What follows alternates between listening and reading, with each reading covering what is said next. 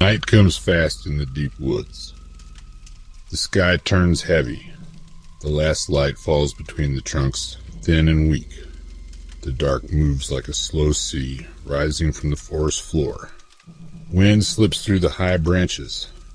It makes dry leaves whisper on the ground, a sound like small, hurried words you can't quite hear. There are long shadows here. The trees make shapes that look like reaching hands, like fingers stretching toward you. The air is cold and close, thick in your lungs. The ground smells of wet earth and old, decaying wood. Every small sound is loud in the growing quiet. A twig snaps somewhere off to your left, sudden and sharp. A bird stops its evening calling, cutting the song short. You feel watched. The feeling is not aggressive, not yet. It just sits on your skin like a thin coat of frost. It does not leave. It waits with you in the silence. It is a presence that has no form. The woods are never truly silent. Beneath their sounds, there is a deeper quiet, a listening quiet. It feels as though the entire forest has paused. It is holding its breath. It is waiting to see what you will do. A quiet that is not empty. A quiet that is full of watching.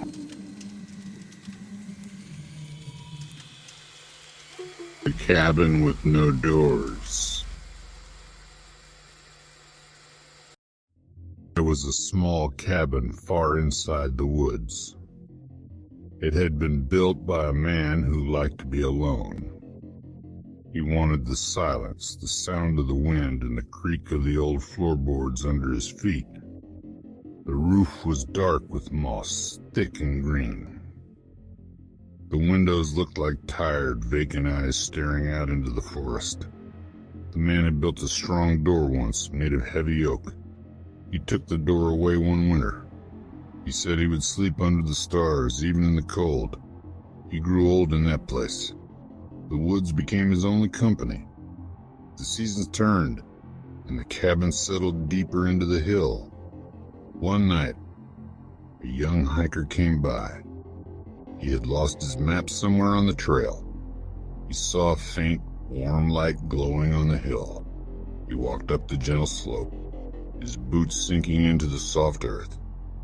He knocked on the cabin wall, a soft, hopeful sound. No one answered. He peered through the dusty glass of a window. Inside, oil lamps burned low, casting a gentle, flickering light. A chair faced the window, as if someone had been watching the trail. There were plates on a small wooden table. A heavy coat hung on a peg by the wall. It looked as if someone had just stepped out for a moment. He tried the latch, but his fingers found only smooth wood. He felt along the wall. The door was not there. Where the entrance should have been, there were smooth, weathered planks. The wood looked old, but seamless. There were no nails. No join lines showed in the lamplight. The wall was a single, unbroken surface. Yet the light shone from inside. Smoke rose from a small stone flue on the roof. He walked around the house, his footsteps muffled by the damp ground. The wall had no line, no hinges, no frame. Yet the lantern light shone steadily from within the sealed room. He tapped the planks. The sound came back dull and hollow. He pressed his ear to the wood. At first, only the blood rushing in his own ears. Then he heard it. Soft steps, slow, careful. A chair scraped once against the floorboards, a low, dragging sound. A breath sounded near the window, right where his face had just been pressed to the glass.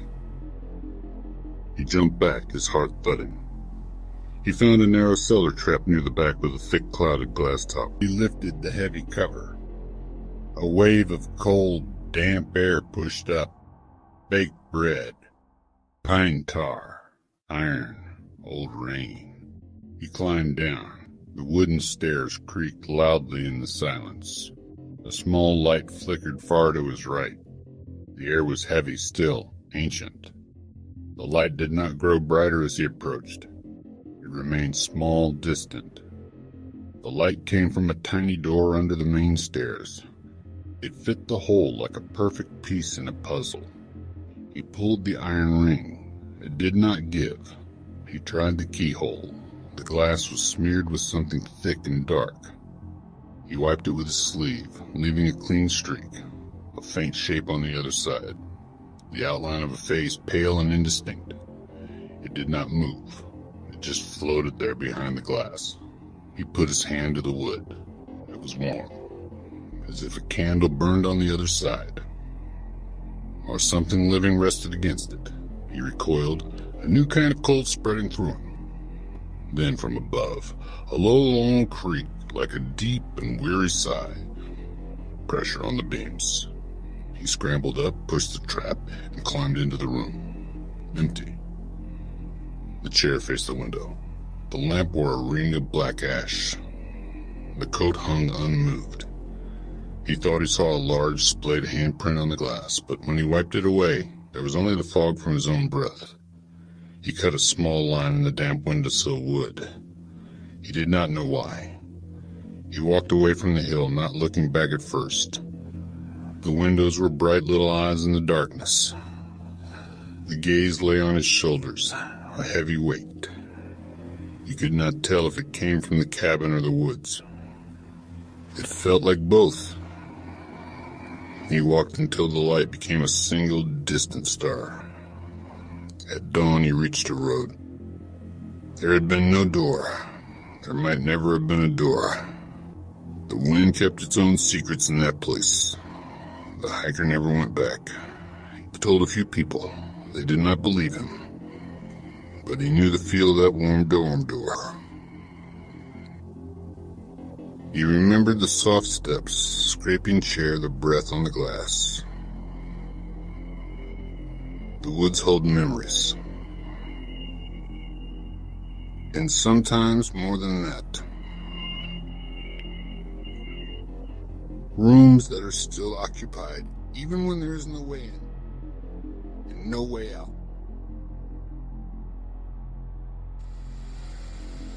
The whistle in the mist.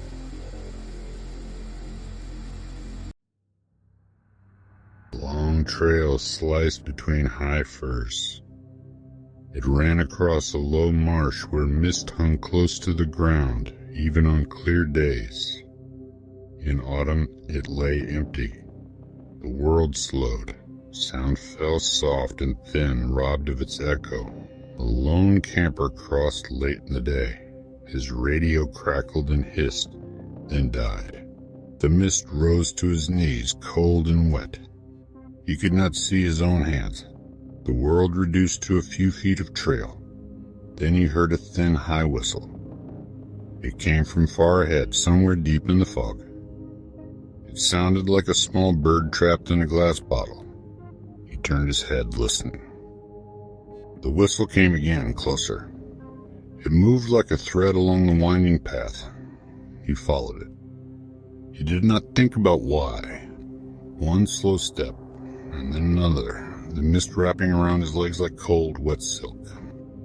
He noticed marks on the trees, shallow cuts, fresh sap oozing, glistening in the gloom. The marks climbed like a ladder into the unseen canopy. The whistle played in and out of the fog, sometimes near, sometimes far. He felt the hair on his arms stand up. He called out, "Hello." His voice sank and vanished into the mist. The whistle stopped. Silence pressed close, heavy, immediate. A dry branch snapped nearby. He turned fast. Something moved at the very edge of the fog. Not a shape he could name. Just a darker space between the white and the black. A brief interruption in the mist. It slid behind a thick trunk and was gone. There were small prints in the soft mud of the trail. Not like human feet. Narrow.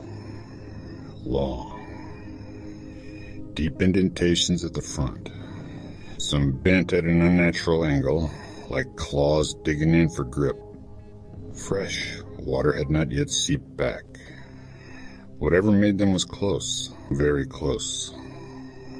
The whistle returned, soft, right behind him. Very close. He did not see a mouth, he did not see a person. He felt a cool slip of air across his ear. It smelled of loam and old teeth. He spun around, arms out. Nothing stood in the path. The marks in the mud were bare, pointing deeper into the woods like an invitation or a warning. He climbed toward a low ridge to get above the fog. It thinned. A small stone cairn waited. He lifted the top rock. It was warm. The whistle sounded once more near the cairn, as if it had followed him. He covered his face. The whistle slid away, fading like a small animal retreating into its burrow.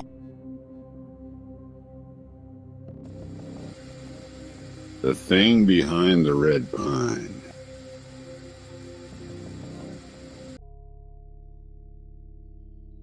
At the ridge stood a red pine. Its bark was dark red, the color of old dried blood. The tree grew alone on the highest point. From there you could see the entire valley, the thin silver of a river below. The locals called it the Red Pine. They warned their children away after dark. At night the pine lifted a great silhouette against the sky, a hand raised against the stars. A park ranger walked up the ridge on a moonless night. He carried a small lamp that threw a weak yellow cone of light. He liked to think the job was simple, predictable. He liked the familiar sound of his own steps. That was when he heard it. A slow scraping from behind the pine. Fingernails on rough wood. He stopped. He listened. The sound came from the dark slope behind the tree. He edged his light sideways, cutting a slow arc. The beam found a thin line of motion. Something moved just past the crest of the hill. Not fast, not sudden. Like a cloud sliding over the moon, shadow passing, deliberate. He called out, "Is anyone there?" The scraping stopped. The cold wind pushed through the branches. The flame shivered. He took one cautious step. The sound started again. Steps came close to where he stood. Not human steps, not flesh on hard ground, just a constant shifting, like dry leaves stepping over one another. He drew a wide circle with the beam. Rocks, low bushes, a figure for a moment, then gone, melting back into the dark. The quiet returned heavier than before. He sat on a large exposed root of the red pine and waited. He breathed slow and steady. The air grew heavy, charged. The scraping came again, close to his ear. Above or below, he could not tell. It might be under the earth. It might be in the leaves of the tree itself. A small child might have laughed. A beast might have breathed out. He did not try to name it. He kept his light low. Something sighed right behind him, like wind pushed under a closed door. Weight settled on his chest. He turned his face slowly. Beyond the edge of his light, two faint points, not eyes as you know them, just lighter patches of gray between black trunks. They seemed to look through him. A hollow sickness rose in his stomach. He wanted to run and to stay still at the same time. He lifted the lamp. The points were gone. Only the impenetrable black remained. At dawn, when the valley mist thinned, he left the ridge. He saw the marks the thing had made, long dark scratches like veins up and down the red trunk. The ground around the root was pressed flat in small patches, as if folded by small, strong hands. He took pictures and moved on. Later, others laughed. They said animals made the marks. They said only woodpeckers or badgers came to that place.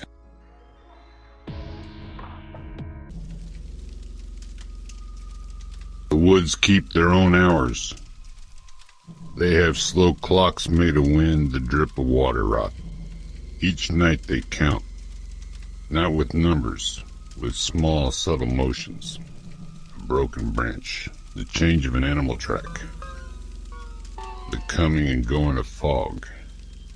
They keep the same quiet watch since before you and I were born. A watch that does not judge, that does not act. It only observes. It only is. Do not look for a beast. There may be none to find. The thing that wakes you in the night may live in the empty space between branches. It may be made of shadow, the long pause between your own heartbeats. It may be the sound of a whistle that once called you down a path you should not have taken. It may be the soft, unseen press of a hand where there should be only empty air. When you walk in the deep woods, feel the way the dark moves around you. Let your breath slow. Let your boots listen to the ground. Do not answer a whistle in the mist. Do not try to open a wall that has no door. Do not mark the bark of an old tree with your name. If you find a red pine standing alone on a ridge, leave a small smooth rock at its base and step back. Walk away with your lamp held low. Keep your eyes on the path. Keep your voice small. When you sleep that night, the trees will not sleep. They will turn their heads and watch. They will hold their long, ancient breath and wait. You may wake with the taste of iron and old rain in your mouth. You may hear a twig snap in the next room. You may feel as if someone leans on the bedpost and listens to you breathe.